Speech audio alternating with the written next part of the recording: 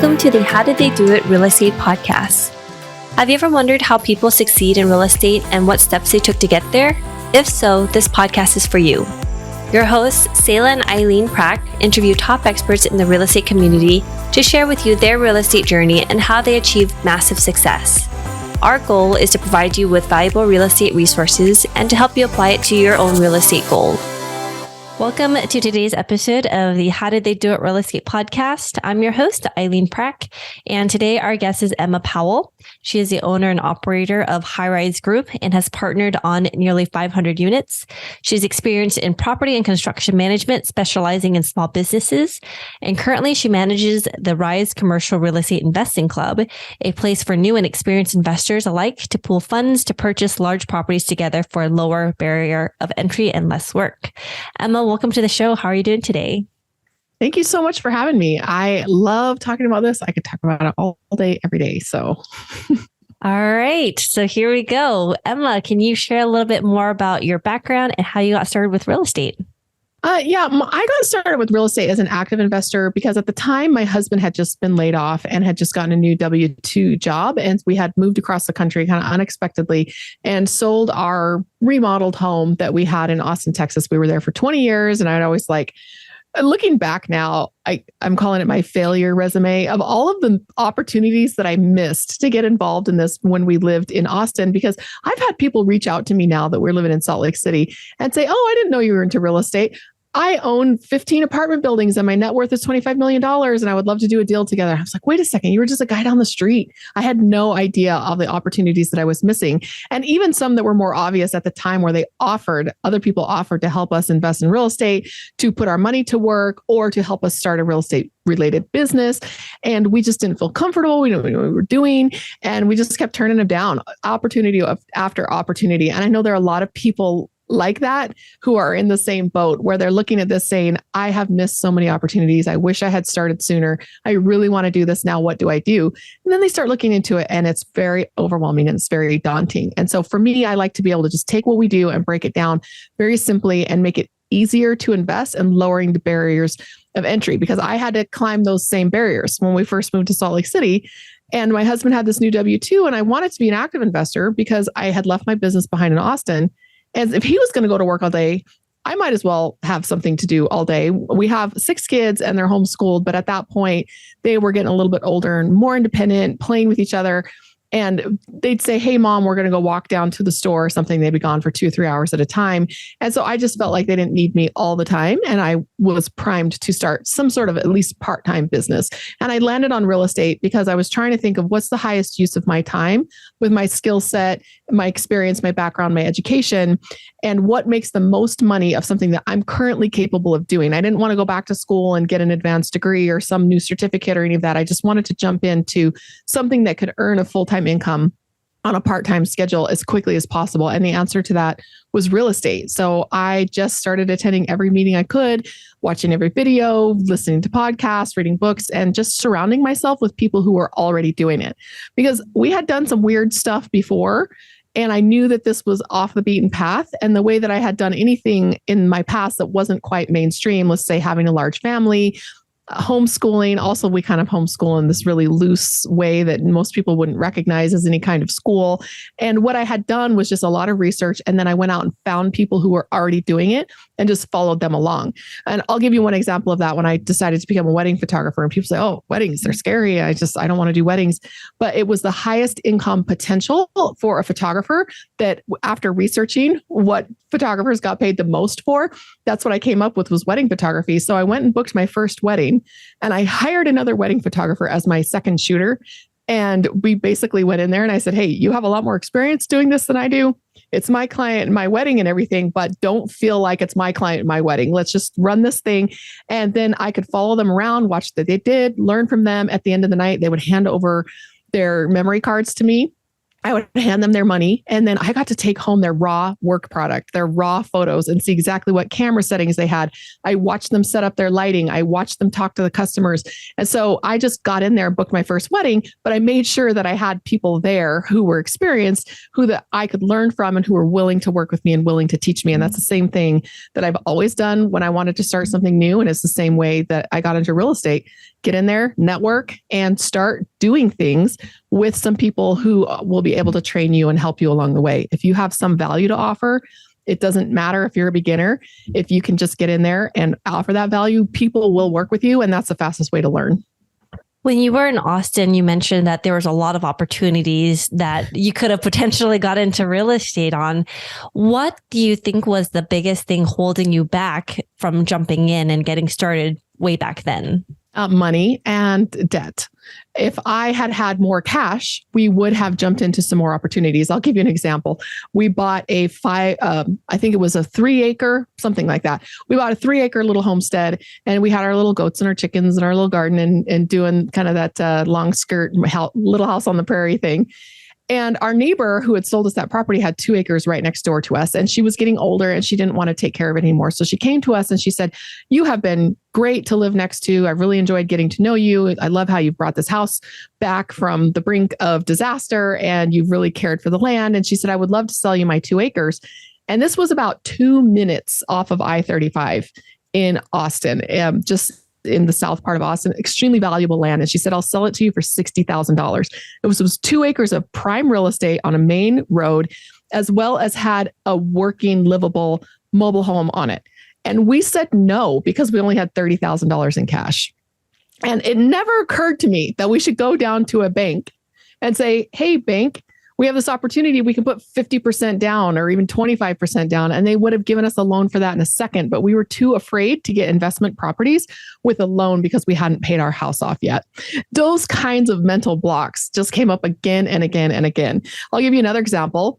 That 3 acres that we had bought, it wasn't zoned. It was outside of the city limits. And so we could do whatever we wanted on it. So we talked about subdividing it and building a self-storage unit on the back of it.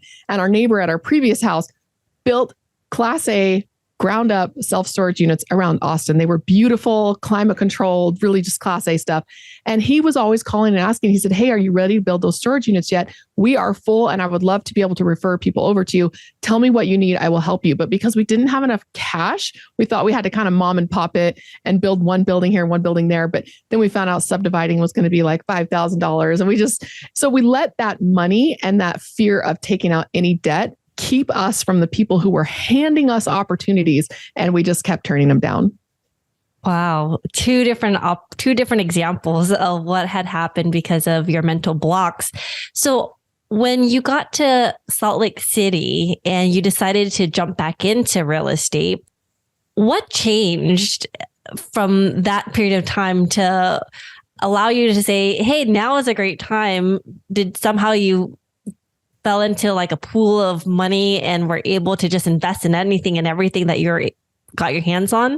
Well, we had sold our house in Austin and we did a massive remodel to it and almost doubled the size of the house. And we were able to do that because we had saved up so much money during the 2008 and 2009 crisis because we were worried about getting laid off, our house being underwater. So my husband was working full time and a part-time job, and I was working a part-time job. So we basically lived off of his W-2 income. And then our 2 side hustles, we just socked all of that money away, thinking, what happens if he gets laid off or we have to sell a house that's underwater? And so once we weathered that process, we decided to take that pile of cash that we had saved up and then go buy our little farm. And we mostly paid cash for that remodel. We did borrow a little bit because it was a personal home and we felt like that was more acceptable somehow. Like I said, mental blocks. And so when we did that major remodel on that house, we sold it when we left Texas and we walked into Salt Lake City with a pile of money. And that was really what started to change the path. We decided to rent a house. We had absolutely zero debt and a pile of cash. And I thought, this is never going to be more perfect than it is right now. And any obstacle that I'm coming up with right now is because I'm just a chicken and it's not really an obstacle. And so I thought, well, let's finally do this. I stumbled across some real estate club meetings and people are in the front of the room talking about their experiences. And I'm like, I could do that. I could do that. I could do that. it was almost difficult to narrow down what I was going to do first versus knowing there were so many ways that I could make money in real estate. So what we had done, now the cost of living in Salt Lake City is higher than in Austin. And so I was sticker shocked for a while when we first moved here. But once we started looking at some alternative ways to finance a home, which we had done in Texas when we finished our remodel, we had a bunch of debt because we had a line of credit and some credit cards that we were using to pay for this remodel in addition to our cash. But we knew that as long as we didn't go over a certain amount of debt, we could refinance the house and roll all that debt into the new payment and still walk away with a 15-year loan. So we just really kept an eye on how much we were spending. And so we went in, got the appraisal, refinanced it, and our home value had gone up enough from the repairs that we didn't even need a mortgage. We just got a home equity loan, and we used that home equity loan to pay off the mortgage. And then that had a very low interest rate, great terms. It had about 8 papers to sign. It was just a fantastic way to do things. So when we got to Salt Lake City, we thought, let's try and do something like that again. And so we figured that if we could do an interest-only loan and basically just rent the house from the bank, we didn't want to pay down the principal. We were treating it more like an investment home, that we only had to put a small down payment, like I think it was a 10% down payment, to get the payment to where we needed to be able to pay the interest on it and have plenty of money left over for personal reserves, emergency funds. So we just got this kind of creative interest-only loan to buy our personal home. And because we didn't have to sink so much money into the equity to be able to afford the payment, we went out and took the rest of that pile and started buying houses. And originally, I wanted to take that pile and buy one house for cash, like a townhome or something. And there were these two townhomes that we were having a hard time deciding between which to make an offer on. And one day I said to my husband, and it was just like the lid blew off our world. I said, what if we just split this money up and did a 50% down payment on both townhomes? And then we could have 2. And yeah, it's a mortgage, but our mortgage over here is really low. And I mean, all these kind of crazy justifications. But 50% down, I learned from my real estate clubs, is an extremely conservative amount to put down. And I realized, oh, not only is this possible, but it's also considered conservative. And that's when I just took a step back and said, we have been doing this wrong all along. Let's start thinking a lot bigger. So I ended up buying neither of the townhomes and started looking for rentals that we could keep long-term, and immediately started looking at purchasing commercial property. That's when the light bulb went off. Exactly. I felt guilty about 50% down, and all of my investor friends were like, why are you putting so much down? So when that light bulb went off and you discovered this whole new way of thinking about real estate, how you can allocate the capital that you had on hand, use debt as a tool now, how did you decide which markets you wanted to get into and what types of assets you wanted to purchase? Well, I'll back up a little bit from there and say, almost as soon as I got started, within a couple of months of saying I'm going to do this as an active business, I decided that I didn't need to do it as an active business anymore, because I knew the power wasn't just enough to give layoff insurance, because my husband's in the tech industry. We knew he would get laid off again. And lo and behold, a couple of months ago, he got laid off again. I just wanted to have a plan so that next time this happened, we weren't freaking out and panicking. And I thought, okay, well, I'll run an active business while he's working. But then I thought, wait a second. This isn't just layoff insurance. This can retire him early, really early, like 3 to maybe 7 years tops, doing the math and looking at how much money we had and how much we needed to have invested. So I almost immediately hit upon just being a passive investor. Like, I don't need to run a business. He doesn't need to be working.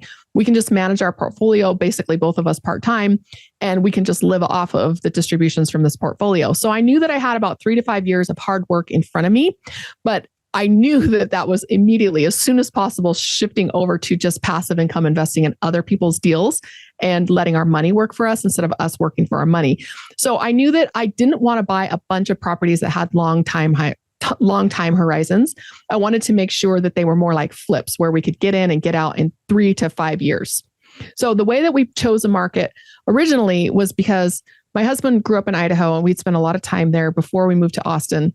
And when we got to Salt Lake City, we didn't know anything about it. I had been a real estate photographer in Austin, so I knew all the neighborhoods, nooks and crannies. I'd been driving around taking pictures of houses for almost a decade. And I got to Salt Lake City, and the wholesalers would send me a deal in my email inbox and say, oh, we have this great deal in Syracuse or Fairfield. I'm like, I don't even know where these towns are, much less these streets or these pockets.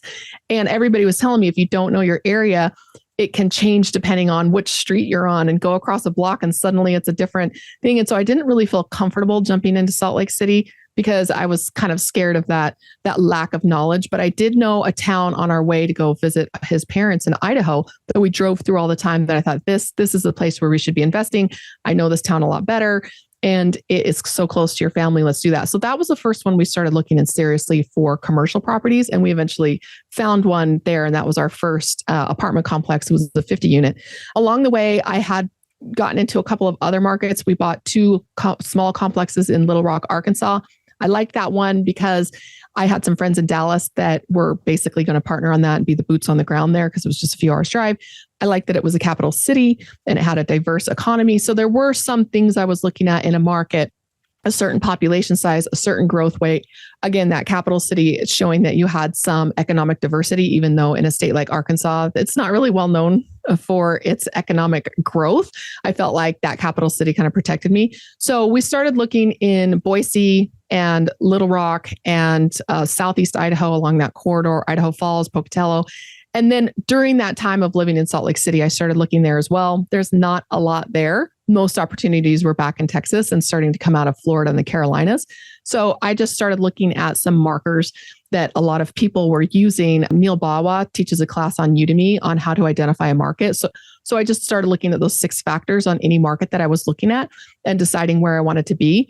And honestly, I fell into a few of them because they were great deals there and I vetted out the market and decided to go for it. So I had started with probably about 10 or 12 that I would be willing to invest into. And some of them I bought properties in and others we still haven't bought a property there. So one of the things you said was as you were looking at the different real estate options and and what are some of the different ways that you could invest into it, you looked into the future and figured out that within 3 to 7 years, with a lot of hard work and investing in certain things in the right types of assets and the right types of deals, you'd be able to retire both you and your husband. What were some of the steps that you had to really focus in on to come up with a plan that would make sense for you guys?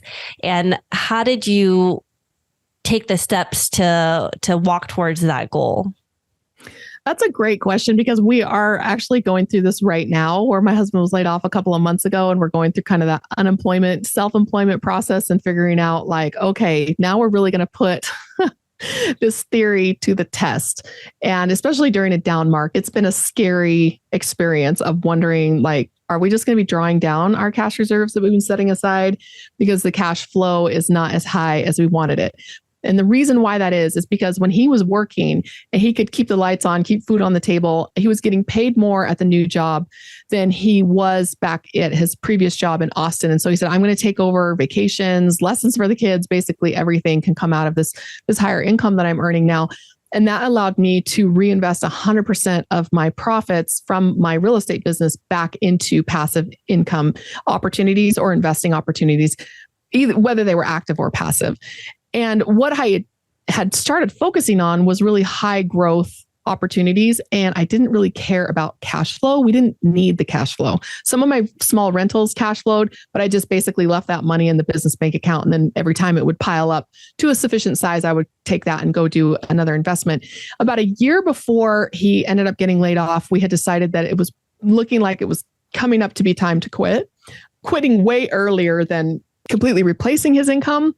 But we felt like if we scratched and saved and lived frugally and kept investing wisely, that we could make it through a couple of lean years. Because I knew that once he came home, he's not the kind of guy who's just going to watch sports all day or do nothing. He's a very hard worker. And I thought if I could get his time back and come into the business, then he would be able to make up for that income more quickly. And I was starting to be overwhelmed with the amount of stuff I had to do. I didn't have an assistant. I didn't have a lot of online services to help. So I was becoming overwhelmed. And I knew that I needed him to basically get me through that. So I started shifting from high growth opportunities into more cash flow opportunities. But it was very difficult for me to make the decisions to do deals that were cash flowing because that's not what I knew. It's not what I understood. It wasn't what I had been investing in. And usually cash flow deals have a lower overall return, high cash flow, lower return, or high returns with terrible cash flow were most of the deals that I was looking at. If you can find a deal that can do both, it's very unusual. and it's usually not in multifamily. It's usually like in a mobile home park or even RV parks, cash flowing businesses. And it was very difficult to make that transition. And we were just trying to invest in more things that had higher cash flow. And by the time he got laid off, I hadn't really completed that transition. And so the cash flow has been really, really challenging because it has not been my focus for the last few years. So the last year and now going forward into this new year, every investment that we make outside of our retirement accounts will be in high cash flow deals, because that's how you can live without having to have a W-2 income to keep the lights on, take the kids on vacation, pay for lessons and things like that. So it's been another huge mindset shift, focusing on cash flow rather than just high growth. And then you also mentioned a keyword there, also the potential downturn coming up here in the economy and what you guys had to reevaluate on your personal situation and what that would look like.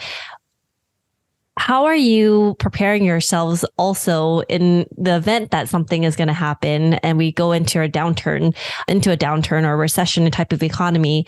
And are you shifting any of your strategies from the cash flow and moving away from multifamilies and looking at diversification as well?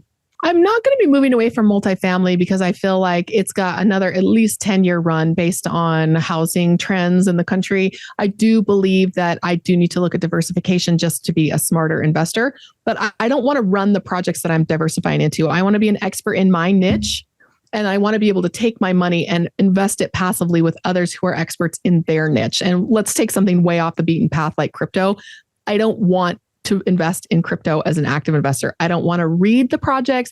I don't want to dive into the code. I don't want to decide if this project is any good. I want to pick a few solid performers, put money in there, and let other people who are better at this stuff manage a small portion of my portfolio that I can afford to go to zero. And if it doesn't go to zero, then great. It's like a bonus. So that's how I have kind of focused on how to run my diversification versus my core business is what am I good at? What can I really focus on? And what do I trust myself to find trusted people to operate in that space? So that's one of the ways that we've diversified. And that is a way to protect yourself from downturns, because you can find things that are inversely correlated. So when one is going up, the other's going down. So multifamily and farmland would be a good example of that. Farmland doesn't have high returns, has decent cash flow, but it tends to just be a steady performer. And it's also a hedge against multifamily because they tend to trend in different directions. So we started looking into some of those opportunities. The other thing that we have done is we had a couple of exits. I think it was in 2021, like at the end of 2021, we sold a couple of properties. And I took most of that money, a year's worth of my husband's income, and put that aside in a cash value life insurance policy, just as a holding tank for our emergency fund. That I knew that would be making a small return, but it wasn't really going to be doing much for us. But we had two things that we could do with that. One, it gave us the security that if he wanted to quit, we had at least a year that we could draw that down. And the other thing is it gave me a higher liquidity, which made me look better on paper to banks and lenders. So that if we needed to have some sort of thing to support the business, that we could pull it out. So we left that in the life insurance policy. And then I had a business emergency fund stored up in one of my HELOCs, where if we needed to get to it quickly and have it be very liquid, we could do that. So it was that large cash reserve. Cash is king during a recession, either to save your property from going under, having a bank take it, or having the cash to go out and seize opportunities when other people are getting their properties taken away from them and they're kind of fire selling you don't want to sell during a buyer's market, but if you are selling during a buyer's market, it's usually because you have to. And so you want cash to be able to go take advantage of those opportunities. So we decided that we would rather just have cash and reserves to keep our properties heads above water so they wouldn't get foreclosed on. That's the name of the game in a recession. Don't lose your properties. Don't sell them low. And don't get foreclosed on. And the way that you can prevent both of those things is to have enough cash to keep the thing running while the market's not that great. So that's really what we focused on, is just wealth preservation at this point. And I think that our plan was originally to sell 2 houses this spring to be able to live off of the proceeds of one and then reinvest the proceeds of the other. But now that we're looking at our market analysis, it just doesn't look like it's a good idea to sell anything right now. And so we just decided that we'll only sell if we absolutely have to, which again, you don't want to sell in a buyer's market, but if we have to, you have to. And that we were just going to try and be really frugal and wait this thing out and kind of draw down our reserves until we could get to the point where we could sell something. So Emma, how has real estate investing impacted your life? It's completely turned my entire life on its head. I don't think I realized how powerful this journey was going to be. If I could go back to myself 5 years ago and say, this is what your life is going to look like in 5 years. I've never seen anything else like this, especially for me. I have a business degree. I'm a stay-at-home mom. Like, I don't have a medical degree. I'm not out there getting paid to be a CEO of a huge corporation. I'm no executive.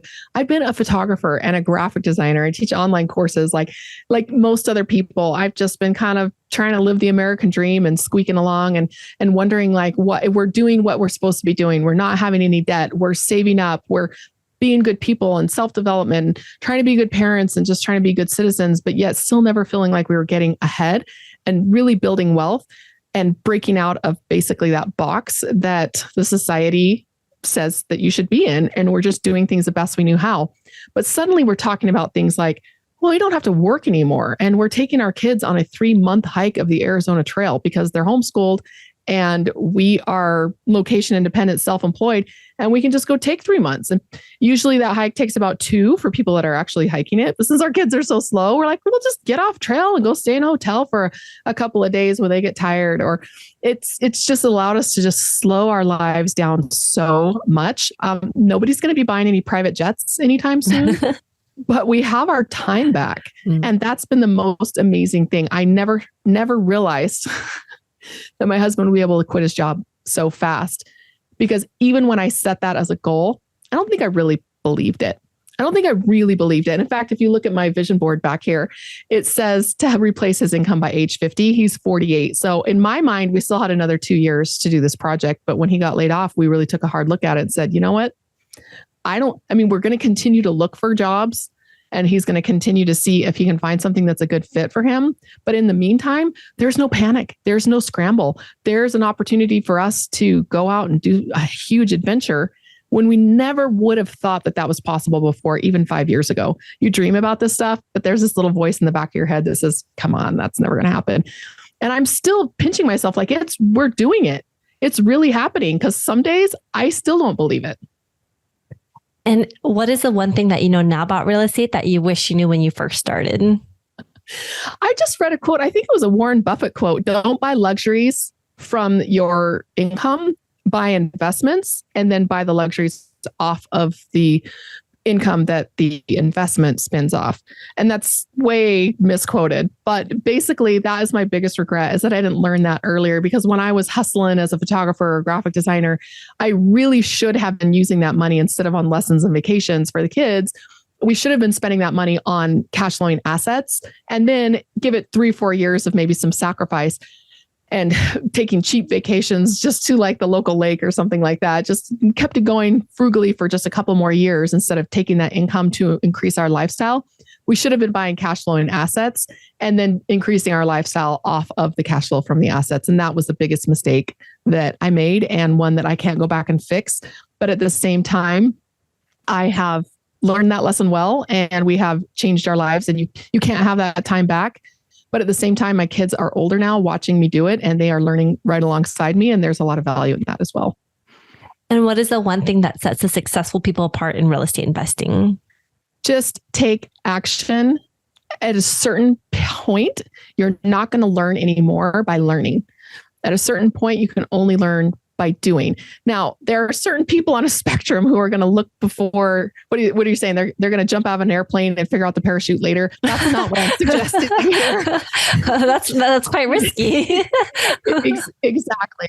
I heard of a quote recently that really hit me like a ton of bricks. It was Colin Powell, and he has something called the 70-40 rule. He said, I never make a decision with less than about 40% of the information, but by the time I hit 70%, there's diminishing returns on any additional information, and I need to be ready to make a decision. So like any good 80-20 rule, learn as much as you can. And when you feel like you're about 80% of the way there, 80% confident, the last 20% can only be learned by doing. So jump in there, find some people doing it, copy what they're doing, and just get out there and start taking action. The people who fail are maybe the ones who take to action too early, or the people who aren't continuing to learn, the people who don't have enough cash reserves to kind of save them. Because we all know people who say, I lost it all. I lost everything in 2008, or I lost everything in real estate. That's really scary. Watch yourself.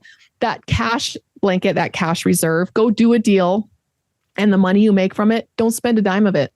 Just go stick it in your reserve account and let that bail you out of future deals that might not go so great. Find some money partners who can help you if you get into trouble, people who can feed that deal because they're invested in it right alongside you. Whatever you need to do, take action, but make sure that you're not burning your lifeboats. Have a cash reserve to keep your properties afloat for when things are not going right. Emma, where can our listeners find out more about you and what you're doing? I have everything on my website at www.highrise.group, GROUP. So if you go to highrise.group/contact, I have all my socials there. I have a place where you can just call me on the phone, send me a text message, shoot me an email. But what I prefer is my calendar. If you want to book a free call on my calendar, just talk about whatever you want to talk about as far as real estate investing goes. I would love to meet up with you after the show. I want to be in your network. I want you to be in my network. That's why we do these, because we know that the network is what drives this industry. So I'm looking forward to talking to you after the show. Awesome. Emma, thank you so much for being here today. I really appreciate it. Yeah, thank you so much. Like I said, this stuff is so much fun for me to talk about. I would just love to talk about it and teach and do this all day long. So it's always a pleasure to come on your show, and appreciate you having me. Thank you, Emma. And thank you for listening to our podcast today, brought to you by Bonavest Capital. We would really appreciate it if you can go to iTunes right now and leave a rating and written review. Also, please don't forget to subscribe so you can always get the latest episodes. You can also connect with us on Facebook, How Did They Do It Real Estate. We'd love to hear your feedback and any topics that you're interested in for future episodes. Lastly, to learn more about us, you can go to bonavestcapital.com and fill out the Contact Us page so you can speak to us directly. Nothing on the show should be considered as specific personal advice. Please consult your legal, tax, and real estate professionals for individualized advice.